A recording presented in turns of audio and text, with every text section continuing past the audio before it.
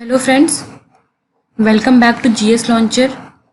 मैं स्वधा मिश्रा और आज हम पढ़ेंगे लोनार लेक के बारे में। लोनार लेक हमारे प्रीलिम्स के पॉइंट ऑफ व्यू से इम्पॉर्टेंट है, यूपीएससी के लिए भी और यूपीपीएससी के लिए भी। तो ये इम्पॉर्टेंट क्यों है और इसके लिए क्या क्या इम्पॉर्टेंट है। तो लोनार लेक के इम्पॉर्टेंट के लिए सबसे पहले इसकी जोग्राफिकल लोकेशन, ये कहाँ पे है, इसके अराउंड कल्चर और इसके अराउंड की बायोडाइवर्सिटी, ये इम्पॉर्टेंट है। और क्या कारण है, क्यों न्यूज़ में है ये चीज़। तो एक एक करके आज हम ये चारों चीज़ें पढ़ेंगे और इसे याद रखेंगे हमारे प्रीलिम्स के लिए, यूपीएससी के लिए भी और स्टेट पीसीएस एग्ज़ाम्स के लिए भी। तो लोनार लेक न्यूज़ में क्यों है, रिसेंटली ऐसा देखा गया कि लोनार लेक का जो पानी था वो रेडिश हो गया, स्लाइटली पिंक हो गया। और पहली बार नहीं हुआ था, लेकिन इस बार जो चेंज था वो बहुत ज़्यादा प्रोमिनेंट था, बहुत ज़्यादा चेंज हुआ था, वो लोगों को अलग से दिख रहा था। तो ऐसा जब वहाँ के लोकल लोगों ने, वहाँ के रहने वालों ने, रेजिडेंट्स ने देखा, तो वहाँ के रेजिडेंट्स ने एडमिनिस्ट्रेशन को इन्फॉर्म किया और वहाँ के एडमिनिस्ट्रेशन ने नीरी के साइंटिस्ट को इनवाइट किया कि वो आए और वहाँ आके अपनी रिसर्च कंडक्ट करें। नीरी क्या है, national environment engineering research institute, ये नागपुर बेस्ड रिसर्च इंस्टीट्यूट है, इन्वायरमेंटल स्टडीज़ करता है। तो वहाँ के साइंटिस्ट ने जाके सैंपल कलेक्ट करके और उसे रिसर्च के लिए भेज दिया है। अब हम देखते हैं कि इसके प्रोबेबल रीजंस क्या हो सकते हैं, साइंटिस्ट ने इसके क्या क्या प्रोबेबल रीज़न बताए हैं। तो जैसा कि मैंने पहले भी बताया कि ये पहली बार नहीं हुआ था कि किसी लेक का पानी पिंक हुआ हो या कलर चेंज हुआ हो, इसके पहले भी कलर चेंज होता रहता है। तो हम लोग मोस्टली देखते हैं कि रेनी सीजन में फ्रेश वाटर बॉडीज़ में एल्गल ब्लूम होता है। एल्गल ब्लूम क्या होता है, जो पॉपुलेशन होती है किसी लेक में एल्गी की, उसमें बहुत ज़्यादा इंक्रीज हो जाता है। या तो वो यूट्रोफिकेशन की वजह से होता है या फिर कभी कभी नेचुरली भी होता है, बिना यूट्रोफिकेशन के कारण के भी, क्योंकि उनको नेचुरल इन्वायरमेंट मिलता है मल्टीप्लिकेशन के लिए। दूसरा रीज़न है change in salinity. Change in salinity जो है ये बहुत ज़्यादा कन्विंसिंग रीज़न माना जा रहा है, क्योंकि ईरान में भी कुछ लेक्स ऐसी हैं जिनके पानी का कलर चेंज होता रहता है और वो चेंज इन सैलिनिटी की ही वजह से होता है। तो इसलिए ऐसा माना जा रहा है कि जो लोनार लेक है उसका पानी भी सैलिनिटी के चेंज होने की वजह से ही पिंक हुआ है, क्योंकि ये समर सीजन है तो इवेपोरेशन होता ही है वाटर का और सॉल्ट्स बच जाते हैं। तो बहुत ज़्यादा रैपिड इंक्रीज इन सैलिनिटी हुआ जिसकी वजह से ये कलर में चेंजेस हुए।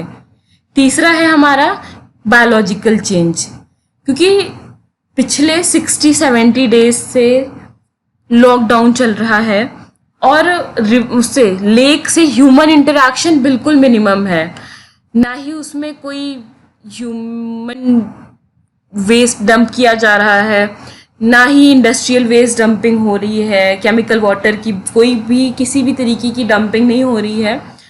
तो ऐसा माना जा रहा है कि ये बायोलॉजिकल रीजंस की वजह से भी चेंज हुआ है, क्योंकि उसमें कोई भी डिस्टर्बेंस नहीं क्रिएट हुआ उसकी इकोसिस्टम में लेक के। और एक रीज़न ये भी माना जा रहा है कि जब निसर्ग तूफान आया तो उसकी वजह से बहुत ज़्यादा बारिश हुई और बारिश का पानी जब लेक में इकट्ठा हुआ तो वो अपने साथ हेलोबैक्टीरिया और ड्यूनालिना सलाइन फंगी को साथ लेके आया और ये दोनों लेक के सरफेस पे इकट्ठा हो गए और इस वजह से इसका कलर पिंक हो गया। अब हम कुछ फैक्ट्स जान लेते हैं लोनार लेक के बारे में, ये बहुत ही इम्पोर्टेंट है, इसे हमें कहीं लिख के रख लेना है और याद कर लेना, बार बार रिवाइज करना है। तो लोनार लेक हमारी महाराष्ट्र के बुल्धाना डिस्ट्रिक्ट में है। ये हो गई इसकी जोग्राफिकल लोकेशन, ये इम्पोर्टेंट है। कैसे बनी लोनार लेक, अब हम ये देखते हैं। तो ऐसा माना जाता है कि लोनार लेक एक क्रेटर लेक है। जनरली क्रेटर लेक को हम लोग लिंक करते हैं वॉल्केनिक लेक से, कि कोई एक्सटिंक्ट वॉल्केनो होता है, उसमें पानी इकट्ठा हो जाता है और उसके बाद वो लेक फॉर्मेशन होती है। तो ऐसा साइंटिस्ट का मानना था कि लुनार लेक भी हमारी क्रेटर लेक है, लेकिन रिसेंट स्टडीज़ में इस बात को खारिज किया गया है क्योंकि इसकी जो डेप्थ है वो बहुत कम है एक वॉल्केनिक ओरिजिन लेक होने के लिए। और एक सेकेंड बिलीफ है जो कि बहुत ज़्यादा एक्सेप्टेड है, वो ये है कि लेक का फॉर्मेशन, लुनार लेक का फॉर्मेशन हुआ था around 5,70,000 years ago, around Pleistocene epoch में। तब क्या हुआ था कि एक मेटेओराइट आया था जो अर्थ से टकराया था। तो 5,70,000 ईयर्स अगो अगर कोई मेटेओराइट हिट करता है, मतलब ये लेक हमारी तब की है। तो ये लेक हमारी रामायण महाभारत इस टाइम से महाराष्ट्र में है। तो सेकेंड इम्पॉर्टेंट पॉइंट है लुनार लेक के बारे में, 1979 में लुनार लेक को नेशनल जियो हेरिटेज मॉन्यूमेंट डिक्लेयर किया गया था गवर्नमेंट के द्वारा। और ये किया किसने था? जियोलॉजिकल सर्वे ऑफ इंडिया जो है उसने डिक्लेयर किया था, और यही रिस्पॉन्सिबल है यहाँ पे जो जियो टूरिज्म होता है उसके मैनेजमेंट के लिए। तो अब ये हमारे पास नया टर्म आया है जियो हेरिटेज मॉन्यूमेंट। तो जियो हेरिटेज मॉन्यूमेंट ये क्या होता है, अब ये जान लेते हैं। तो जियो हेरिटेज मॉन्यूमेंट्स होते हैं, ये जियोग्राफिकल एरियाज होते हैं नेशनल इम्पोर्टेंस और हेरिटेज के हिसाब से।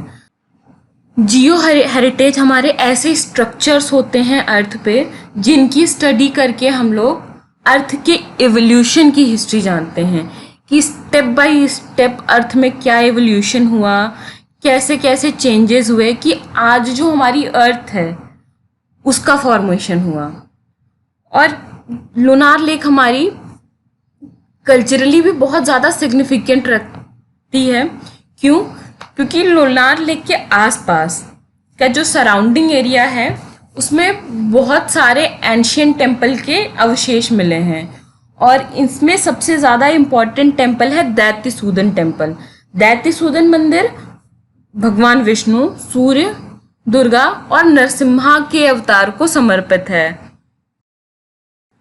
तो अब हमें ये चीज़ याद रखनी है कि इसकी सिग्निफिकेंस क्या क्या है। पहली चीज़ तो लुनार लेक जियो हेरिटेज साइट है। दूसरी चीज़ कल्चरली भी बहुत ज़्यादा सिग्निफिकेंट है एंशियंट टेम्पल्स की वजह से। और जो लेक है इसका जो उल्लेख मिलता है वो हमारे एंशियंट स्क्रिप्चर्स में भी मिलता है, जैसे ऋग्वेद, स्कंद पुराण और पद्म पुराण। इन सब में इस लेक के बारे में कुछ ना कुछ मेंशन है। इवन 1600 एडी के अराउंड लिखी गई आईने अकबरी, जो कि अकबर की बायोग्राफी है, इसमें भी इस लेक का मेंशन हुआ है।